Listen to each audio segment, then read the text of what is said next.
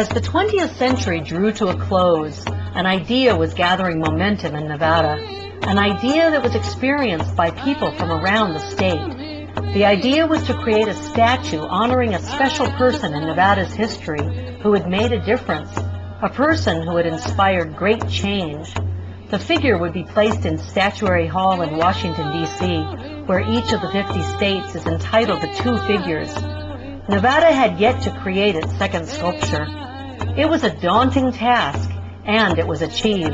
On March 9, 2005, in the nation's capital, the statue was dedicated.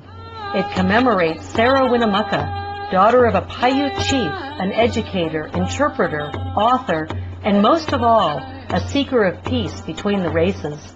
This moment before the eyes of the nation was the culmination of hard work and a dynamic partnership between Nevadans and their state government.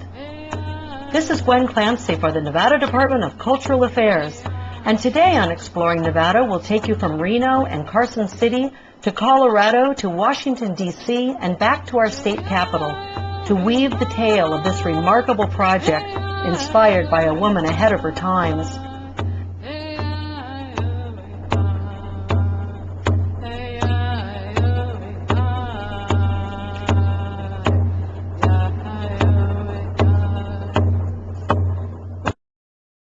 The dream started years earlier as the story of Sarah Winnemucca commanded increasing attention.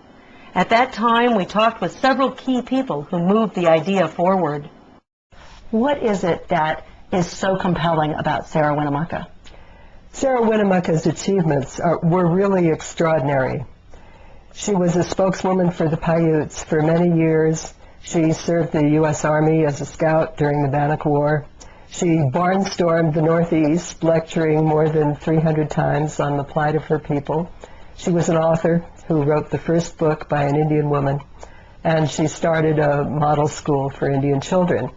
It's not a surprise that her father, Chief Winnemucca, said at the end of the Bannock War, "None of us are worthy of being chief but her." A woman who walked out of a Stone Age world into the parlors of the intellectual elite and the halls of Congress. It was quite a journey.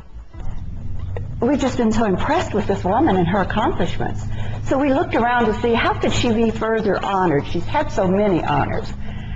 And we realized that Nevada had never put its second statue back in Washington, D.C. So we thought, well, why can't we do that? This is an all-volunteer organization, but we do get things done.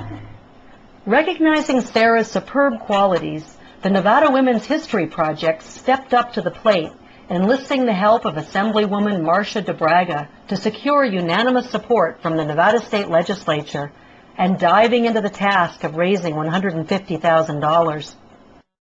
And we looked at the numbers and said, well, if everybody in Nevada gave $1, that would be it, but we knew everybody in Nevada wasn't going to give $1. So we went with organizations and people. We hope this to be a people's project. We have received as little as $1 in the mail. Many people have written to us and said, what can I do? And we're moving in that direction. We have a trifold, which we put together. It has a biography of Sarah Winnemucca, a little bit about her, and on the back it has a blank where you can send us money. They held fundraisers, gathered donations far and wide, and many months later, sufficient funding was in place for the project to begin. A statue selection committee appointed by the governor and legislature, with members drawn from around the state, conducted a national search for the sculptor and unanimously selected Benjamin Victor, the youngest artist ever commissioned to create a work for Statuary Hall. We talked with him as he worked on his clay model at the State Library and Archives in Carson City. They're very delicate, to do the eyes. She had very dark, intense eyes. I think that they show a lot of her character. So if I had to pick one feature that really said who Sarah was, I think it would be the eyes. They had that look of determination and intensity, especially in a couple of her photos in particular. She just really personified perseverance, I think. she wasn't afraid to work hard, and so she had these strong hands, you know, with a lot of wear on them, I could see. So that was a fun part too, doing like the details on the hands with, you know, just using a simple dental tool, cost a couple bucks at the store, and just doing every little wrinkle and line, and giving them really that worn look, you know, that she must have done a lot of hard work. And she talks about that too in her book, washing clothes for money, and doing all types of what we would call hard labor nowadays. It was neat that they had so many photos of her, but back then they shot very stiff photos. She was standing still and had a serious look on her face in almost every single photo. So I wanted to capture sort of the essence of her spirit or her personality, rather than just use a standard pose of her standing there, you know, with one arm by her side or something like that. So I started designing, and I thought of a few things. It had to be a dynamic design, and it had to be something that she was in motion, because she was an activist. And so she should be moving forward, I think. It relates real well as a metaphor to her cause and for her life. So I started with this sort of spiral design that I just drew out in an abstract drawing that curves upward and then raises, you know, sort of uplifting, moves the piece upward. And once I had that design, I was trying to relate it somehow to the concept of the brotherhood of all mankind, which was a quote from her book that really personifies who she was, the brotherhood of all mankind. She believed that people could get along from all different walks of life, that all different types of people could coexist in harmony and in peace. So that was pretty hard. That was a pretty tough concept for me to embody that in one figure. And one night I was looking through one of my art books, and I saw the Statue of Liberty, Auguste Bartholdi's. It's actually titled "Liberty Enlightening the World," and it gave me an idea to subtly relate her to that figure, because it's such a known figure in America and around the world as being a symbol of brotherhood of mankind, of all different types of people coming together. And Sarah was a little different. Like I said, she had to be in motion and couldn't be quite as stiff and static or classical as Liberty. Instead, she has to be more down to earth and more realistic, because she was kind of a people's hero. And that's where the concept started, with the one arm raised. Now the flower relates to peace and harmony in artwork in an artistic sense as an icon, but it also relates to Sarah's name. Thakmatoni was her name in Paiute, and that means shellflower, literally. So I thought the flower was a really good idea to make it the focal point of that whole spiraling upward design, because then it relates to her life's cause, peace, and it also talks about her culture and her name in Paiute. And along the way, I didn't want to pass up the icon of education. Sarah she was the first Native American woman to write a book in English ever, and that's a huge accomplishment. That's a huge part of her life. So the book relates really well in artwork as an icon for education, and to say that the person in the portrait is educated, which Sarah was, but it also works on the level of being a literal reference to her book that she wrote, Life Among the Paiutes. So the design really nicely, with all of the details, kind of brings the eye up the piece and into the icons that I wanted it to, across to her intense eyes here, and then the gaze of her eyes brings you out to the flower. So the piece reads really well in that way. I think it has a nice flow to it overall. Being able to study a great person like Sarah at a young age just helps form who I am and who I will become.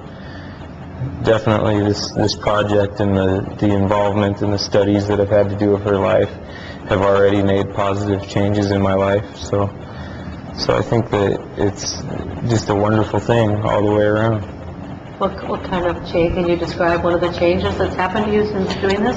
I think that I've become a little bit stronger-willed when I know something is right.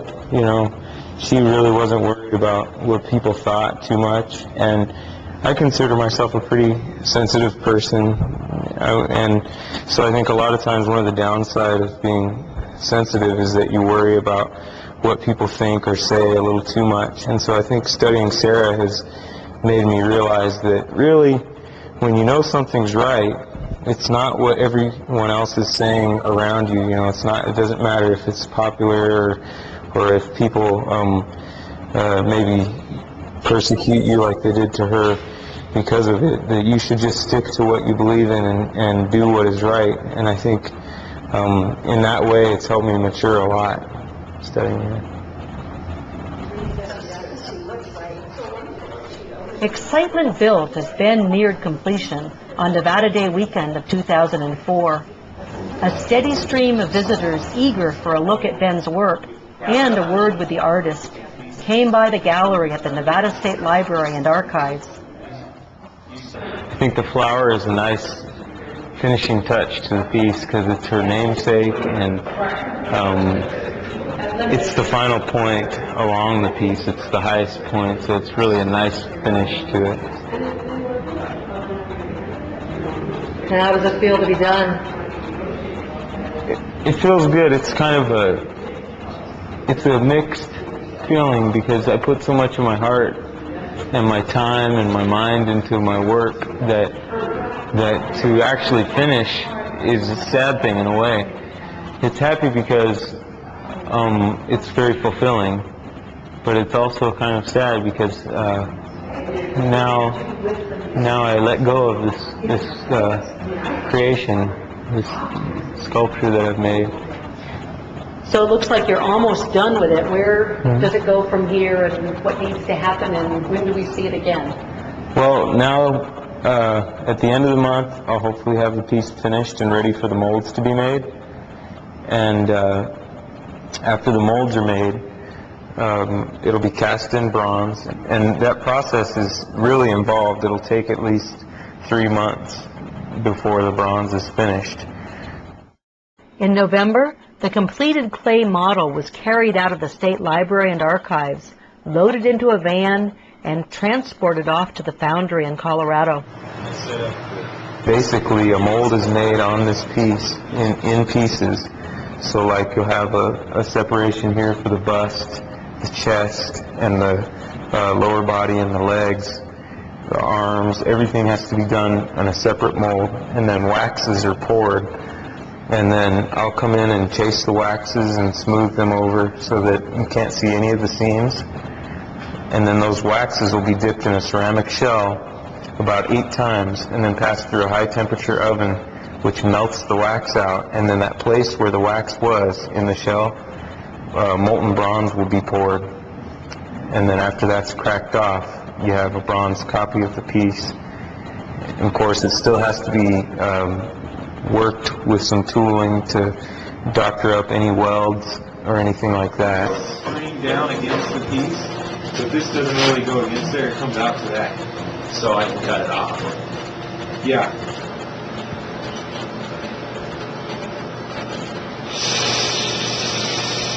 Ryan and his work, he's creative about how to solve problems. And this piece is not an average piece. It has different problems than most pieces. You know, like all these fringes that really are uncastable. You can see right there, if you pan over here, all the little clay fringes that I made in Nevada for the original. You can't mold all of those. So what he did is he thought of an idea to twist some of them and to do some out of regular rod so that when we weld them on here, you know, I can still bend them with the sweep of the piece. It's just like when you worked on the clay and stuck them in there and then bent them. Same thing. But he thought about what would look best, you know. And sometimes some of the workers like to get the stuff out of their shop as soon as possible, and they don't really care if it looks, as long as it looks all right, you know. But it's really about the, you know, especially for a piece like this, it's really about perfection. And then it's sandblasted and treated with chemicals called patinas, and that gives the bronze different tones or colors. And I try to only use classical patinas, traditional patinas, not modern paints or pigments. I try to only use, I mean, I guess if they're used really subtle, there's really no problem with adding pigments and things like that. I've seen some really beautiful ones. But on mine, I prefer the traditional stuff because it just shows the material a little bit better, I think. People can tell it's bronze. I've agonized over that patina for, well, since I won the competition. Finally, after all those months and months of agonizing, I feel pretty good about the one that we're going to put in Statuary Hall.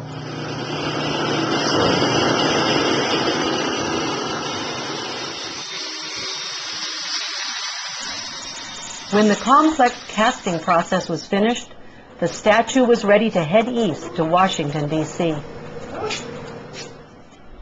Sarah, I believe, as did my mother, I know, when she talked, and from some of my Indian beliefs, must be put to rest. She's been wandering around the world, and now is a chance for her to be laid to rest in a place where she wanted to be, in Washington, D.C. We need to have someone shine up there.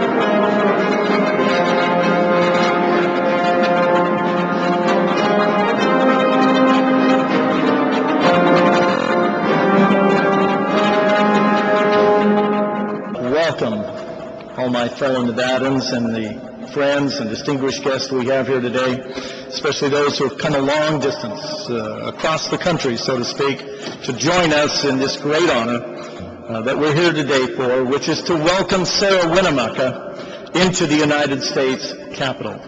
It is entirely fitting that a great woman from Nevada's past is being honored here today due to the support of women from Nevada's present. Without the efforts of the Nevada Women's History Project, we would not be here in your presence. Governor Gwynn, thank you also for all of your work and all of the Nevadans who made this day possible. It's a great day for our country. In 1865, as the nation was emerging from the bitter Civil War, Congress asked that each state submit 2 statues of the people who best represented their states. Congress recognized that even at a time of division in our country, there was more that united us than that which divided us. Sarah Winnemucca recognized that too. Sarah Winnemucca, as you know, was born in the mid-1800s at a time of severe strife between Native Americans and white settlers. While white settlers were taking the land and freedom of Native Americans, Sarah chose communication over conflict. By the age of 14, Sarah Winnemucca was fluent in 5 languages, including 3 Native American dialects and English and Spanish. Sarah Winnemucca lived her life between 2 worlds, and it could not have been easy. Sarah Winnemucca was a woman with many hats in the 1800s. But she represents the independent spirit, devotion to family, and passion for the community that is a part of so many of Nevada's women throughout history. Having dealt with an indifferent United States government, it has been written that Sarah died believing that she hadn't accomplished much. I think if she could see us today, and maybe she's watching us, she would change her mind. Her image in the United States Capitol is proof her story remains very much alive.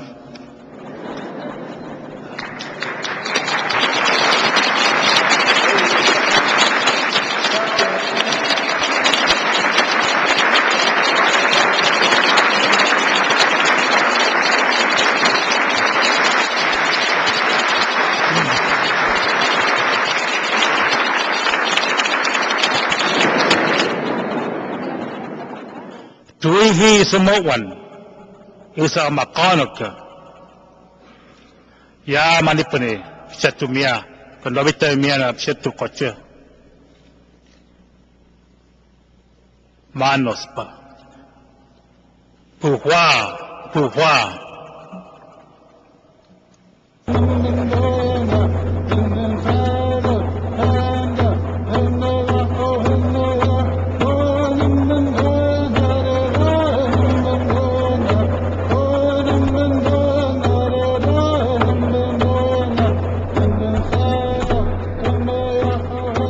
An identical statue to the one placed in the nation's capital was created for the Nevada State Capitol.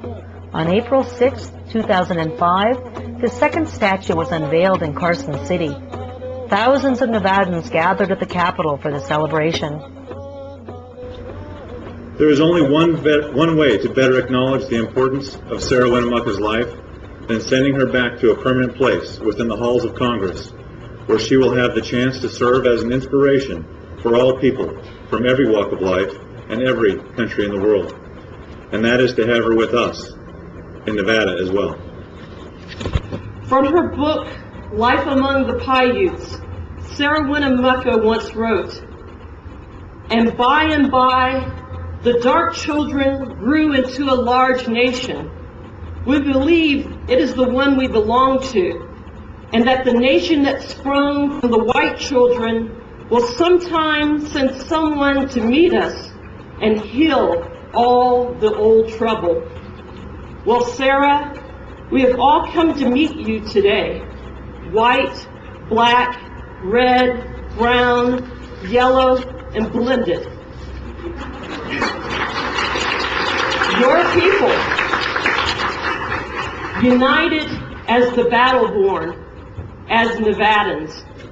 130 years ago, Sarah visited Carson City to plead her case that Camp McDermott on the Nevada-Oregon border would remain open to protect the Paiute people from hostile settlers. There is no record that the 1875 legislature ever heard Sarah's testimony. But from this day forward, Sarah Winnemucca will always have a presence in the state capitol.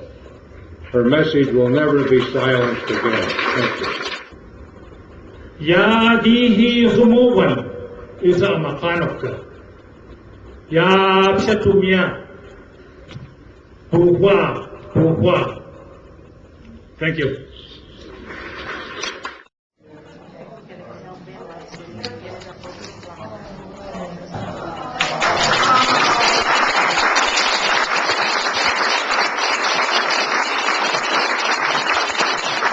This is just a wonderful time in history for the people of Nevada. Sarah Winnemucca was part of our history, and when I read her book, I thought about her life, and that she truly was the first lady of Nevada. She was a woman on the move, and she had a heart that cared for people, and that, to me, it doesn't get any better.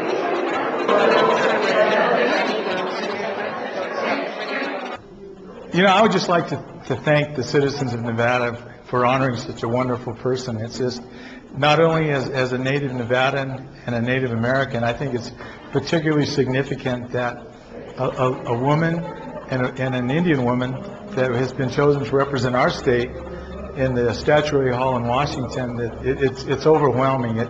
It makes me feel such pride in our state and such a humble appreciation for my culture that it's just overwhelming. I'm so thankful that my children and my grandchildren and everybody's children from Nevada would be able to come here and just to learn a little bit about what it took to make this state.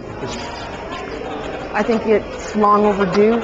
I think finally she gets to be brought home and be shown the proper respect. She was human, she made mistakes, but she always tried to overcome them, and she overcame a lot of obstacles, especially during that rough time. And I'm glad that they finally got to acknowledge her. A lot of times, being a woman, you know, you always have to worry about the gender issue, but yet here she comes out of Nevada, and she's recognized. And to me, that's awesome. When I was growing up, my dad always said, don't ever tell her she can't do anything because she'll die trying. And you know what? That's true. I always really did die trying. And I think the thing that has been the most rewarding is seeing Ben's result, because none of us envisioned that we would have something that was so spectacular, because if you've seen Statuary Hall, they're marble and they're static and they look like they belong on tombstones. And here in Nevada, it's got something that everybody will walk out of that Capitol and say, did you see that? And how proud we are of his work and the fact that we were a part of it. For the countless people inspired by Sarah Winnemucca, the closing words at the statue dedication in Washington, D.C. reflect the incredible gift and the powerful challenge that she has left to us. Thank you, Lord, for a life well lived, and for Sarah's indelible footprints on the sands of time. Let these footprints challenge us when we are too well pleased with ourselves, when our dreams come true because we have dreamed too little, when we arrived safely because we have sailed too close to the shore. Let these footprints challenge us to dare more boldly, to venture on wider seas where storms will show your mastery, where losing sight of land we will find your stars.